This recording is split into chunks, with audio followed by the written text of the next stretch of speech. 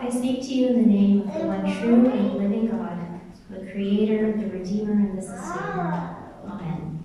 Please be seated.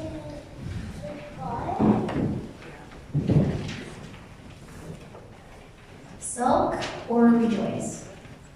This is the choice that we are confronted with when we read the Book of Jonah. Will we sulk in God's grace and salvation, or rejoice in God's grace and salvation? Now you might be thinking, well, duh, of course we rejoice. But Jonah is not that simple. Instead, Jonah confronts us with the extreme challenge of what it means for us to believe that God is a God of grace and salvation. And again, not simple. So let's turn to the passage and look at it closely, and I'll show you what I mean.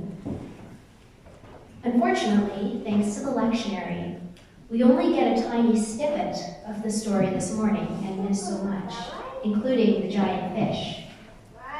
God actually calls Jonah to go to Nineveh twice and to preach against it, because it is an evil city. After the first call, Jonah runs away from God, gets in a boat, a storm comes, he falls overboard and is swallowed by a giant fish, where he spends 3 days and 3 nights in its belly until he is vomited on the shore. It is while he is on the shore, covered in fish puke, that we meet him this morning. God calls to him again, go to Nineveh.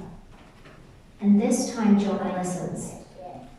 He gets up, he goes, and he says to the people, 40 days more, and Nineveh shall be overthrown.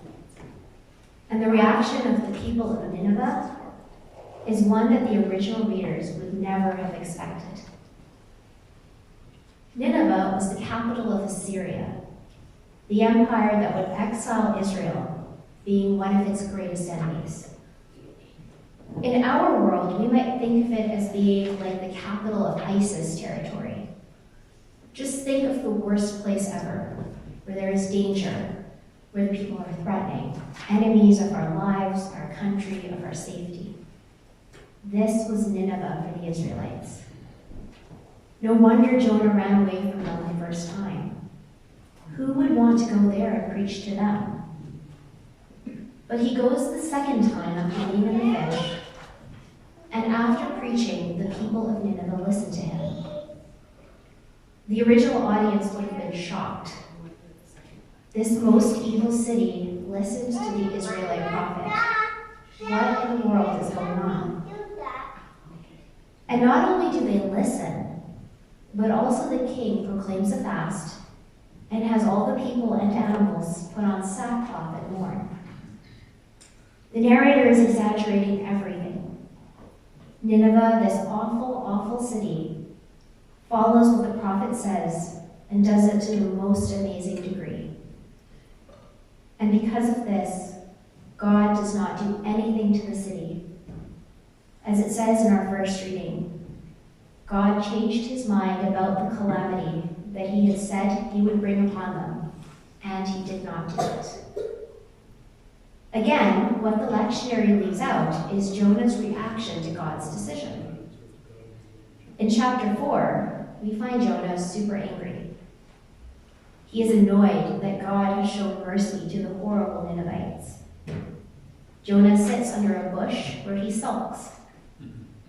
He shows his temper because God has saved the enemies of God's people, and Jonah does not agree with this at all.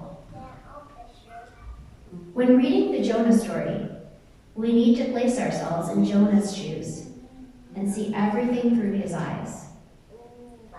The story is calling us to ask ourselves, how would we feel if God called us to go to the worst people possible we could ever imagine and proclaim judgment?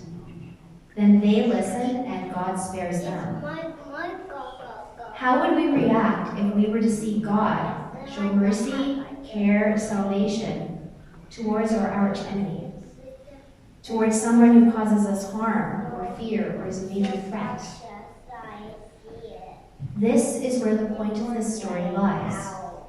As one scholar notes, Jonah asks us, how willing are we to let God be God? Salvation is a pure gift and grace, and Jonah's story reminds us that we do not own that grace, nor is it ours to dole out as we wish. God will be forgiving, because that is the very heart of God. Can we accept that even the worst people possible, those who kill, those who harm others, God will save them as God saves us? That being a good person doesn't mean that we are any more deserving of God's gifts than those who sin all the time. That God decides what God will do, and we have absolutely no say in the matter. As I wrote this sermon, I was challenged by this concept. I like to think that the world is fair. God is fair, and the good will get good, and the bad will get bad. But Jonah is about acknowledging that God saves everyone, even those we think are so horrible that God shouldn't save them. Jonah is forcing us to realize that we have absolutely no say in what God does. It is prompting us to put our arrogance aside and to recognize that the gift of God's grace is for literally everyone. Every single human being on this planet, from murderers to those who serve the poor. God will save whomever God chooses. God does not have to be fair as we define fairness. God is in ultimate control. And recognizing this is key to seeing how true and pure God's gift of grace really is. Nothing we do is horrible enough to prevent God from saving us. This doesn't mean we go out and do whatever we want, but that deep in our hearts we can rest in the fact that each one of us right here, right now, God has saved us. There might be people who truly hate us.